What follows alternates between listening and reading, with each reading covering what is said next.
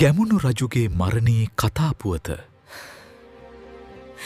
මේ ස්වරූපයෙන් මට සෑරජාණන් වෙත යා නොහැකි. මා වෙනස් විය යුතුයි. දැම් පුළුවන් මට සෑරජාණන් වන්දනය කිරීමට. මේ කඩුපුල් මල් සෑරජුන්ට පූජාවෙත්වා. මේ කඩුපුල් මල් නං නාගලෝකයේ කඩුපුල් මල්. කවුරුන් හෝ නාගලෝකයෙන් පැමිණෙනවා. සාදු සාදු සාදු. මේ කඩුපුල් මල් සෑරජුට පූජාවෙත්වා. දැම්මා නැවතත් නාගලෝකයට යා යුතුයි.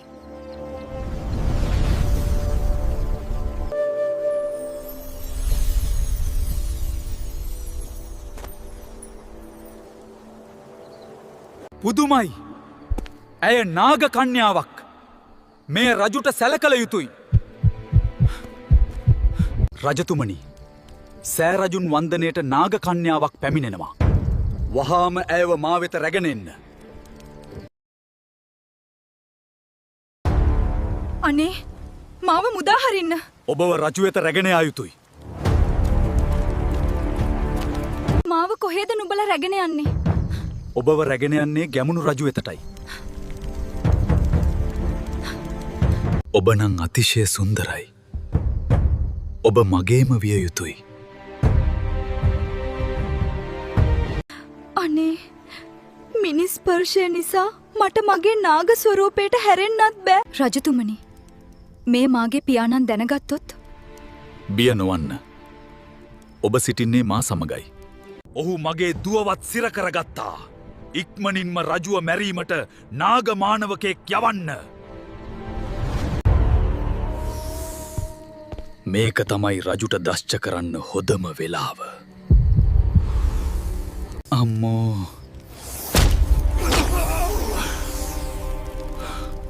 නාගයෙක් නේද? නාගයෙක්ගේ සපාකෑමක්. මේ බෙහෙත්වලින් ඉක්මනින්ම සුවවෙයි.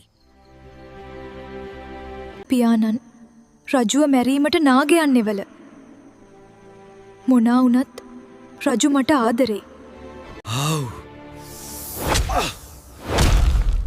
ආයෙත් නාගයෙක් ඇවිත්.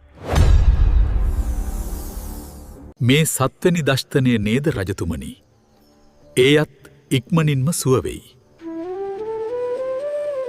කොතරන් දෂ්ට කළත් රජුව මරන්න බැරි වුණා. මේකට ක්‍රමේ දන්නේ සර්ප වෙදතුමා තමයි. දැම් මාස දෙකකින් පමණ නාගයෙක් පැමිණියේ නෑ. මම ගමට ගිහින් එන්නම් රජතුමනි. හරි වෙදතුමනි. සර්ප වෙදතුමන් දුරකට ගියා. මිනිස් වෙසක් මවාගෙන ඔහුව හමුවිය යුතුයි. ඔබ දක්ෂ වෙද කෙනෙක්. සුවකිරීමට නොහැකි නාගදශ්චනයන්ද තිබේද වෙදතුමනි? ඔව් පුතා. මේ නැකැත්වල මේ ආකාරයට කරන දස්තනයන් සුවකිරීමට නොහැකි. අම්මේ, ආපහු නාගයෙක් ඇවිත්. මෙවරනම් මේ සුවකිරීමට නොහැකි රජතුමනි.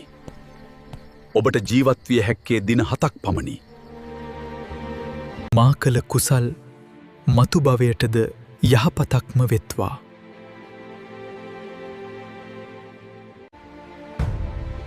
ගැමුණු රජුගේ මරණය එසේ සිදුවිය.